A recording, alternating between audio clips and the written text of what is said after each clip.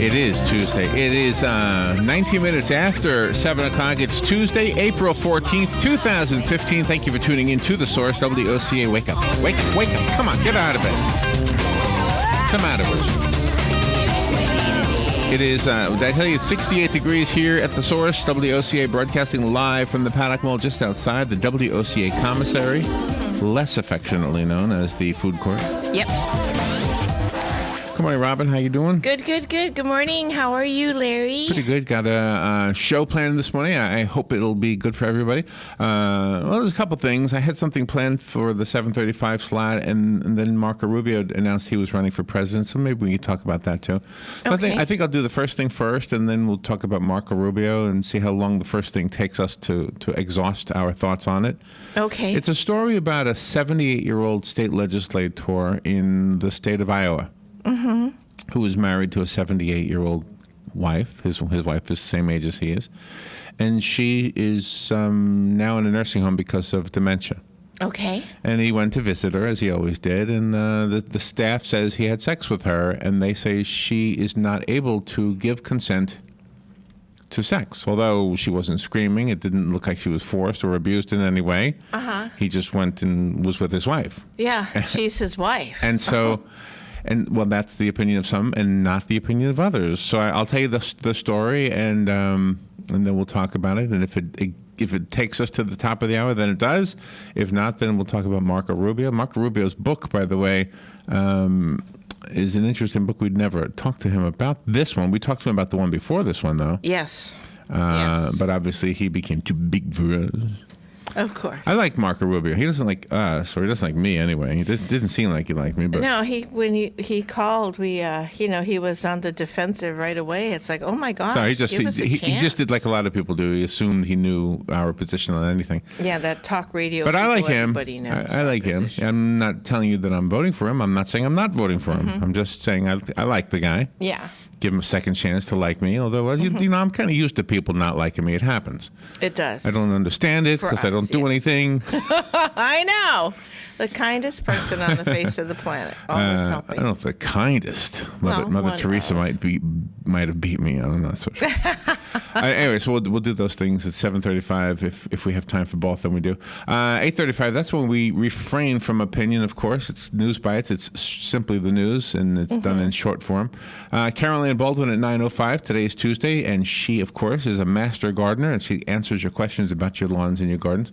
Bob Kennedy is the host of Berkshire Hathaway Home Team Realty program, the home, whatever, and he'll be answering your questions about real estate, buying, selling, being a landlord, being a property manager, getting a mortgage, getting a second mortgage. Very interesting stuff. Renting out one room.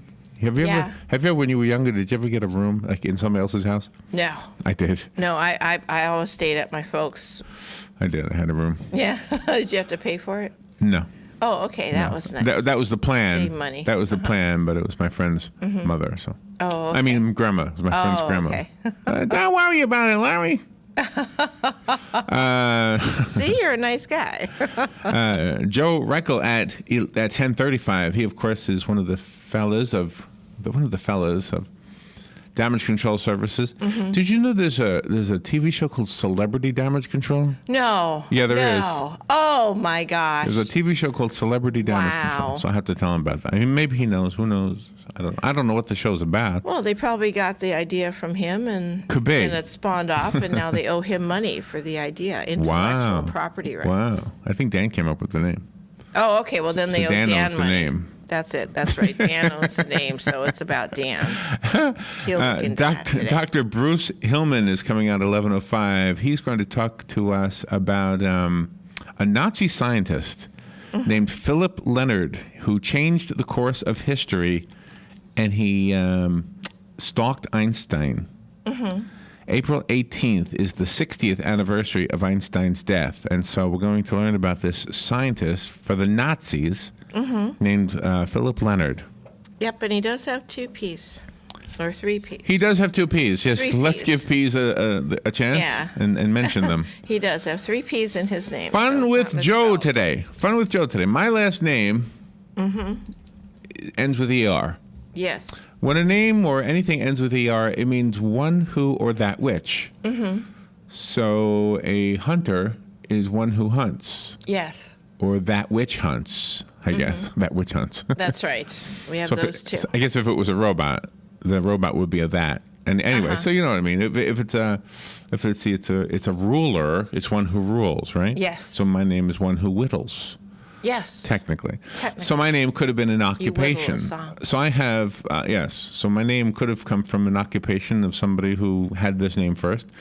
And so I have a game for you and Joe. I'm going to tell you the occupation, and you tell me the surname. Okay, excellent. It's kind of a weird game, isn't it? I think it's a wonderful game. So we're looking It's unusual. We're looking for people's last names. Hunter could be one of them.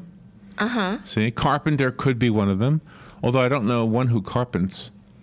One who carpents. That's a carpenter. Carpets. Yeah. I wonder why it's not called a wooder. Wooder. Maybe that's where Woodard comes from. Yeah. Steve. And see, sometimes the spelling changes, but the intent is the same. It's an interesting thing, our names, isn't it? Like carpetbagger, one who carpetbags. And then a logic test when Galen is on. I have a logic test to share with you and Galen, and I failed it.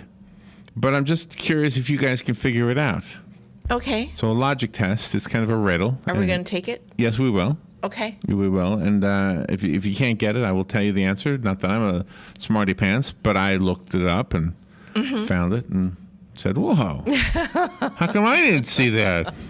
Yeah. How come I didn't think that way? Wow. What's the matter with me? Yeah, I took logic in college. I thought it was a lot of fun. See, very interesting course. You might get this then.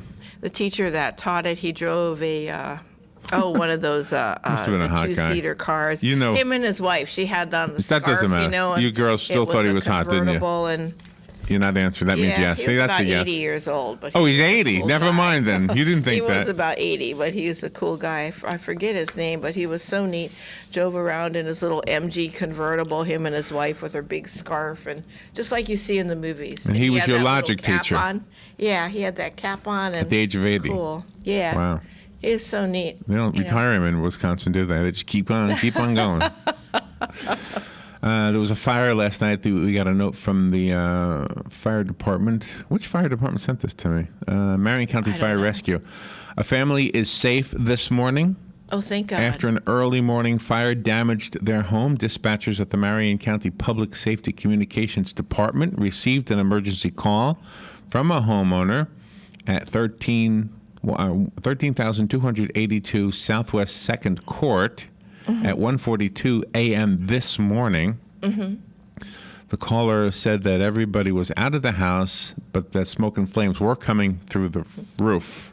Not good. No. The 1,500 square foot residence was approximately 25% involved when the first fire engine arrived, which was engine 18. 17 firefighters and 10 units ended up showing up at that fire.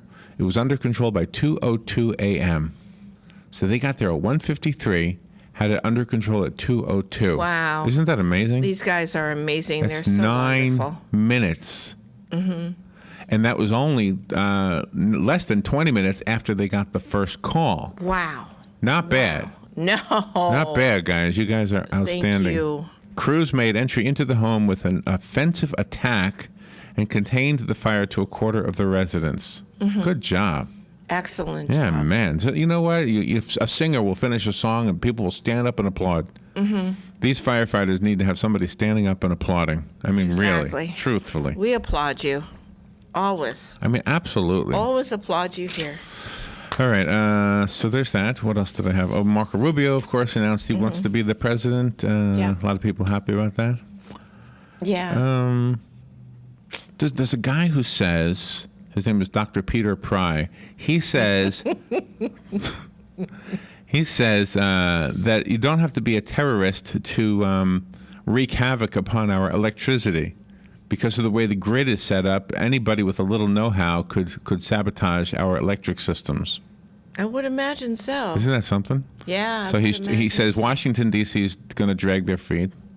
Of course. He they says always do. the electric companies aren't going to do anything about it.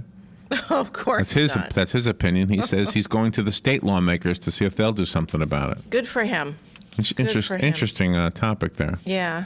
And the lawmakers need something to talk about, so they might as well do something to protect us. And May 4th, I got one more thing to tell you before the bottom of the hour. May 4th, that big Ferris wheel in Orlando is opening up to the public. I heard your news this morning. It's a 400-foot high, tall Ferris wheel, 400-foot tall. Yeah, it's called Orlando Eye. I don't remember when it was, but there was some firefighters who climbed it just to train in case they ever need to rescue somebody from there. So that was kind of cool to watch that video. Very cool. But now Nick Wallenda wants to walk on the rim of it while it's rotating. Nick is, of course, a tightrope walker. All right, we'll be right back. Fox News Radio. I'm Steve Rappaport. Hillary Clinton hits the campaign trail in Iowa today. After a 1,000-mile drive from New York in a van nicknamed Scooby-Doo, Hillary Clinton begins her second bid for the White House at a small community college. No rallies, rather roundtables with educators, students, small business owners, and Democratic leaders. Fox Radio's Jared Halpern, and on the Republican side, despite our troubles, we have it within our power to make our time another American century. Senator Marco Rubio of Florida jumping into the race. A Senate panel is expected to vote on a bill today that would give Congress a say on a final nuclear deal with Iran. We would continue to strongly oppose that legislation and veto it. White House Press Secretary Josh Earnest and 4 former Blackwater security contractors given lengthy prison terms for the 2007 killings of 14 Iraqi civilians. The men claim they acted in self-defense. Fox News. We report, you decide.